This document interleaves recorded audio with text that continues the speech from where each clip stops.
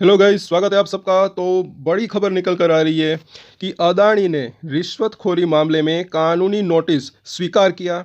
90 दिनों में जवाब देना होगा। अब इस बात के ऊपर पूरी एनालिसिस करेंगे, पूरा वीडियो ज़रूर देखिएगा। साथ साथ और जो स्टॉक के ऊपर जो है क्या इफेक्ट रह सकता है उसके ऊपर भी जो है हम चर्चा करेंगे, एनालिसिस करेंगे। तो पूरा वीडियो ज़रूर देखिएगा, लाइक और सब्सक्राइब ज़रूर करें, अपने दोस्तों के साथ शेयर भी ज़रूर करा करें और दूसरे वीडियोस भी ज़रूर देखा करें। तो यहाँ पर मामला है कि ये हम यहाँ पर देख लेते हैं कि भारत के बड़े उद्योगपति यानी कि ये जो है गौतम अदानी और उनके भतीजे सागर अदानी ने जो है एसईसी के मुकदमे में कानूनी नोटिस स्वीकार करने पर सहमति जताई है। और एक कोर्ट फाइलिंग के अनुसार दोनों जो है अब 90 दिनों के भीतर अपना जवाब दाखिल कर सकेंगे और ये मामला सिविल फ्रॉड के दायरे में आएगा। तो एक तो ये इसकी जो है एक बड़ी अपडेट है और आगे अब इसको समझेंगे हम और एनालिसिस करेंगे। तो ब्रुकलिन न्यूयॉर्क की फेडरल कोर्ट में जो है दाखिल इस संयुक्त आवेदन को जो है कोर्ट की मंजूरी का इंतजार है। पीटीआई के मुताबिक फाइलिंग में एसईसी और गौतम तथा सागर अदानी के अमेरिकी वकीलों ने कहा कि वे रेगुलेटर के कानूनी दस्तावेज स्वीकार करने के लिए तैयार है, जिससे जज को सर्विस के तरीके पर फैसला जो है करने की ज़रूरत नहीं पड़ेगी। तो यहाँ पर हम आगे देखें तो देखिए, मुझे ऐसा लग रहा है कि ये चीज़ जो है एक अच्छी रह सकती है, क्योंकि मुझे ऐसा लग रहा है कि देखिए यहाँ पर ये मामला आगे तो बढ़ा। अब आगे हम देखते हैं, इसको समझते हैं कि ये कदम जो है पिछले ये 1 साल से अधिक समय से लंबित चल रहे हैं मामले को आगे बढ़ाने में महत्वपूर्ण है, जैसे कि मैंने कहा।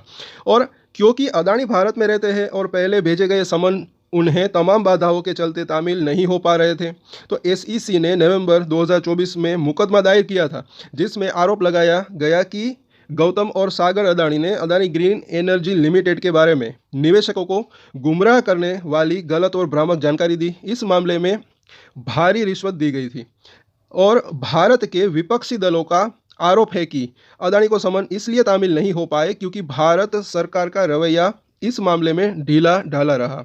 कई बार विभिन्न स्तर पर अलग अलग कारण बताकर समन को तामील होने से रोका गया। और आगे अगर देखें तो ब्रुकलिन के जो है फेडरल प्रोसिक्यूटर्स ने अदानी और अन्य लोगों पर भारत में सोलर पावर कॉन्ट्रैक्ट हासिल करने के लिए $265 मिलियन यानी कि उस समय लगभग 2100 करोड़ रुपए की रिश्वत देने का आपराधिक आरोप लगाया है। और अदानी ग्रुप ने इन सभी आरोपों से जो है बार बार इनकार किया है और कहा है कि आरोप निराधार है। और एजीएल की अगर बात करें तो उन्होंने स्टॉक एक्सचेंज फाइलिंग में क्या कहा, इस बात को ज़रा पॉइंट आउट करें, महत्वपूर्ण है, इसलिए मैंने कहा कि वीडियो पूरा ज़रूर देखें। कि स्टॉक एक्सचेंज फाइलिंग में कहा कि गौतम और सागर अदानी द्वारा नोटिस स्वीकार करना एक सामान्य प्रक्रियात्मक कदम है और ये इन्होंने कहा है। तो ये ज़रा देखें।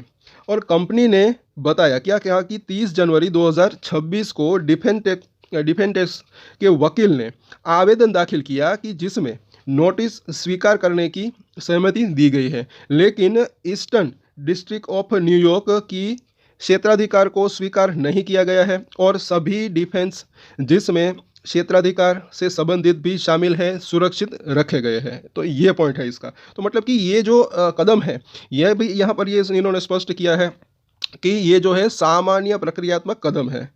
तो इस बात को भी जरा ये भी मुझे जो है काफ़ी महत्वपूर्ण लग रहा है, इसको पॉइंट आउट आप कर सकते हैं। आगे ज़रा देखें तो एजीएल ने आगे कहा कि यहाँ पर अगर बात करें तो डिफेंटेक्स एसईसी की शिकायत को खारिज करने की मांग करेंगे या जवाबी दस्तावेज दाखिल करेंगे। कंपनी ने स्पष्ट किया कि वे इस कार्यवाही में पक्षकार नहीं है और उसके खिलाफ कोई आरोप नहीं है। गौतम और सागर अदानी जो एजीईएल के बोर्ड में डायरेक्टर है पर अमेरिकी फॉरेन करप्ट प्रैक्टिसेस एक्ट के तहत कोई आपराधिक आरोप नहीं लगाया गया है। इस बात को भी ज़रा गौर आप कर सकते हैं। और ये पूरी कार्यवाही सिविल प्रकृति की है, अभी भी ये यहाँ पर ये चीज़ कह रहे हैं, तो इसको भी ये भी मुझे ऐसा लग रहा है कि महत्वपूर्ण रह सकता है। आगे अगर देखें तो अदानी ग्रुप ने प्रतिष्ठित, ये ज़रा देखें, कल इसके ऊपर न्यूज़ आई थी कि अदानी ग्रुप ने प्रतिष्ठित वॉल स्ट्रीट वकील रॉबर्ट ग्यूफा जूनियर को अपना केस सौंपा है। जो वो कौन है ये ज़रा देखें, जो सुलिवन एंड क्रॉमवेल फर्म के को चेयर है और साथ ही अमेरिकी राष्ट्रपति डोनाल्ड ट्रंप के भी क्लाइंट रहे हैं। गिरूफा ने जज को सूचित किया कि अदानी की ओर से मुकदमा स्वीकार करने पर सहमति बन गई है। और ये देखिए, मुझे ऐसा लग रहा है कि काफ़ी बड़े वकील हैं तो इससे भी जो है फ़र्क पड़ सकता है, ये ना भूलें। और ये अदानी ग्रुप ने इनको हायर किया है, तो केस के ऊपर जो है एक अच्छा मतलब कि इफ़ेक्ट पड़ने की संभावना रह सकती है, ऐसा मुझे लग रहा है। आगे ज़रा देखें, तो एसईसी ने फरवरी 2025 में भारत के कानून मंत्रालय से हैक कन्वेंशन के तहत सहायता मांगी थी, लेकिन समन तालीम जो है तामील नहीं हो पाया।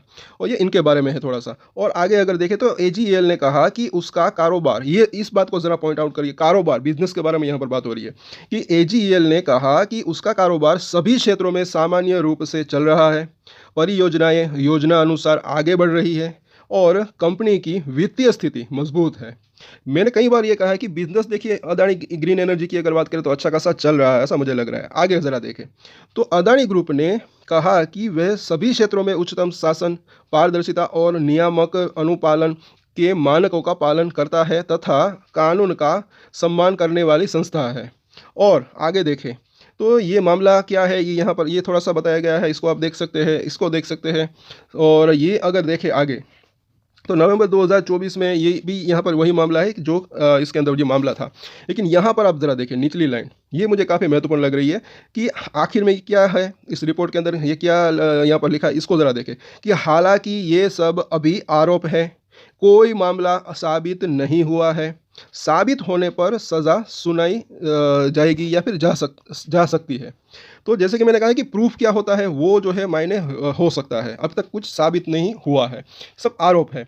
तो अब यहाँ पर अगर बात करें तो ये जो भी मामला है, तो इस अगर बात करें तो थोड़ा-सा ये 90 दिनों के अंदर जो है मतलब कि ये जवाब देने की इसकी संभावना रह सकती है।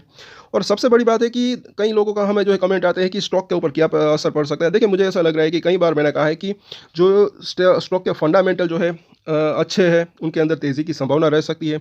अब अगर अदानी ग्रीन एनर्जी की भी अगर बात करें, तो उनकी देखिए कैपेसिटी जो है वो आगे बढ़ सकती है, तो उसका रेवेन्यू बढ़ सकता है, प्रॉफिट बढ़ सकता है, तो शेयर के अंदर तेज़ी की संभावना रह सकती है।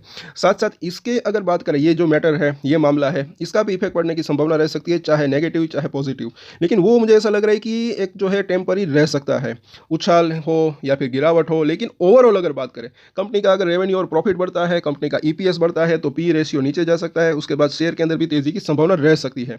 साथ-साथ दूसरे शेयरों की भी बात करें, तो उसके अंदर भी मैंने कई बार कहा, देखिए समझने लायक बात क्या है, सबसे पहले तो ये समझिए कि जिन्होंने ऊपर की तरफ ऊपर के लेवल के ऊपर बाय किया है, अब उनको मतलब कि प्राइस जो है उसके बाद थोड़ा-सा नीचे आया है। जिन-जिन भी शेयर की बात करें, अलग-अलग शेयर की हम बात कर रहे हैं। बाकी जिन्होंने नीचे में बाय किया है, उनको फ़ायदा भी हुआ होगा शायद। साथ-साथ एक चीज़ आप जो है कई बार मैंने कहा है कि ये भी कर सकते हैं कुछ लोग, हो सकता है कि कर भी रहे हो, कि ट्रेडिंग करनी हो तो कर सकते हैं। मतलब कि ये जो उठा-पटक रहती है ऊपर-नीचे, ऊपर-नीचे, ऊपर-नीचे, तो इसमें सपोर्ट और रेजिस्टेंस के ऊपर नज़र रख सकते हैं। नीचे में खरीदने की कोशिश करनी है तो कर सकते हैं, ऊपर में बेचने की कोशिश करनी है तो कर सकते हैं। ऐसे बार-बार अगर बात करें, पूरे साल की अगर बात करें, फॉर एग्ज़ाम्पल की हम बात कर रहे हैं कि अगर 10 ट्रेड भी अगर जो है कोई लेता है और उसके अंदर भी अगर 5 से 10% के सिर्फ छोटे रिटर्न भी मिलते हैं और 10 बार वो भी स्टॉप लॉस लेकर, तो वो भी मुझे ऐसा लग रहा है कि अच्छे रिटर्न मिलने की संभावना रह सकती है। फॉर एग्जांपल कोई शेयर की अगर बात करें, तो अगर कोई शेयर 100 रुपये का है, अगर वो 90 रुपये जाता है, फिर 100 रुपये जाता है, 90 रुपये जाता है, फिर 100 रुपये जाता है, तो कुछ लोगों को क्या लग सकता है कि शेयर का प्राइस तो कहीं नहीं जा रहा है, ना ऊपर जा रहा है ना नीचे जा रहा है, लेकिन जो ट्रेडर्स है उसको जो है कमाई का मौका मिल सकता है, क्योंकि वो अगर 90 में खरीदते हैं, 100 में बेचते हैं, फिर 90 में खरीदते हैं, फिर 100 में बेचते हैं, तो ऐसे 10-10 रुपये भी कर करके मतलब कि 40-50 या फिर और मतलब कि % के रिटर्न मिलने की संभावना रह सकती है। और कई बार मैंने कहा है कि देखिए बूंद-बूंद से समुद्र भर सकता है। उसमें अंदर हाँ, एक चीज़ है कि देखिए मेहनत लग सकती है, क्योंकि लोगों को, कुछ लोग तो मतलब जो लॉन्ग टर्म इन्वेस्टर है, चाहे तो वो अपना इन्वेस्टमेंट कंटिन्यू करना है तो कर सकते हैं।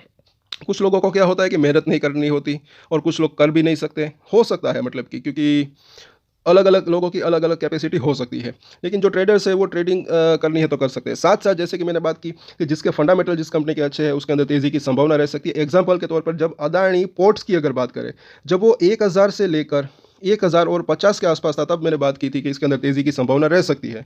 उससे पहले भी तेज़ी आई थी, जब वो हिडेनबर्ग की न्यूज़ आई, उसके बाद थोड़ा मामला उसके जो है वो न्यूज़ आई थी, उसके बाद जब बाउंस बैक आया तब उसने न्यू हाई बनाया था, फिर वो 1000 के ऊपर आया, फिर नीचे आया, फिर अगर बात करें तो इस लेवल के आसपास था, वहाँ से भी अगर बात करें तो वो 1500 के रुपये के आसपास मतलब कि पहुँचा था। तो इस तरीके से, क्योंकि इसके भी फंडामेंटल जो है मुझे ऐसा लग रहा है कि काफ़ी अच्छे जो है हो सकते हैं। सो ओवरऑल अगर बात करें जिस कंपनी के फंडामेंटल अच्छे हैं उसके अंदर तेज़ी की संभावना रह सकती है। अब ये 90 डेज़ के अंदर आगे क्या ये अपडेट आता है उसके ऊपर हम डिटेल में चर्चा करेंगे। आई होप कि आपको समझ में आ रहा होगा। और ये जो चीज़ हुई है मुझे ऐसा लग रहा है कि ये अच्छी मुझे यहाँ पर लग रही है, क्योंकि मामला एटलीस्ट आगे तो बढ़ा। क्योंकि अभी ये जो है मुझे ऐसा लग रहा है कि कहीं न कहीं जो है जल्दी ही जो है इसका मामला सुलझने की संभावना भी रह सकती है कहीं न कहीं। सो आज के वीडियो में इतना ही। अगर कुछ और अपडेट्स आएगी तो वो भी हम बात करेंगे। आपके कुछ सवाल है तो नीचे कमेंट कर सकते हैं। आगे नेक्स्ट जो कुछ आज या कल हम वीडियोज़ लाएँगे उसके अंदर ही जवाब देने की कोशिश करेंगे। आपके पास कौन-कौन से स्टॉक्स है उसको भी आप नीचे कमेंट कर सकते हैं। साथ-साथ दूसरे वीडियोज़ भी देखा ज़रूर करें। वो जो निफ्टी वाली सीरीज़ है, शॉर्ट वीडियोज़, लॉन्ग वीडियोज़ हम जो डालते हैं वो भी देखा ज़रूर करें। बाज़ार कहाँ पर जा सकता है उसका भी इफेक्ट, चाहे अदानी ग्रुप के शेयर हो, चाहे दूसरे शेयर हो, उसके ऊपर पड़ने की संभावना रह सकती है। सो आज के वीडियो में इतना ही। और एक स्टैंडर्ड डिस्क्लेमर जो कि मैं हमेशा देता हूँ, आप कोई भी ट्रेड ले उससे पहले अपनी रिसर्च करें, अपने फाइनेंशियल एडवाइजर की सलाह लें, उसके बाद ही कोई डिसीजन ले, और डिसीजन ले तो उसकी जिम्मेदारी मैच्योरिटी के साथ खुद ही ले। ये वीडियो मैंने एजुकेशन पर्पस के लिए बनाई, मेरी तरफ से कोई भी बाय या सेल की रिकमेंडेशन नहीं है। Thank you.